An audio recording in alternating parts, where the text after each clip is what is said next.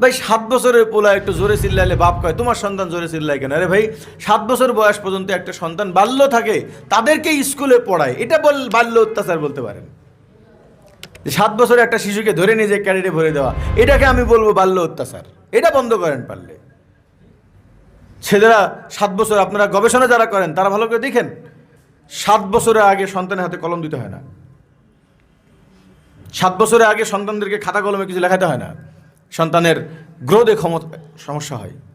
এটা আমি আর্টিকেল পড়ছি, যখন আমি প্রতিষ্ঠান করি, আমার প্রতিষ্ঠানে 7 বছরের আগে কাউকে আমি ভর্তি নেই না। প্রত্যেকটা জিনিসে একটা সময় আছে। একটা সন্তানকে আপনি ABCD পড়াবেন, ভিন্ন কিছু মাথায় ঢোকাবেন, তার এই মাথায় এখন ক্ষমতা আসছে কিনা। এখন দাঁত উঠে নিয়ে আপনার মুখের মধ্যে গোস্ত দেওয়া শুরু করছেন। আর এই কারণে আমাদের বর্তমান যুগের সন্তানদের মেধায় সমস্যা হয়। এই কারণে বিশাল বড় ডক্টর, কিন্তু দেখা যায় কিছুই বুঝে না। কেউ ওনাকে জন্ম দিয়েছে এটাই বুঝে না। বাবা মার সাথে খারাপ আচরণ করে মাথায় কাজ করে না।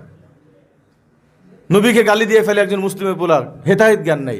এই জ্ঞান স্বল্পতার বিশেষ একটা কারণ হলো অল্প বয়সে জ্ঞানের চাপ দেওয়া।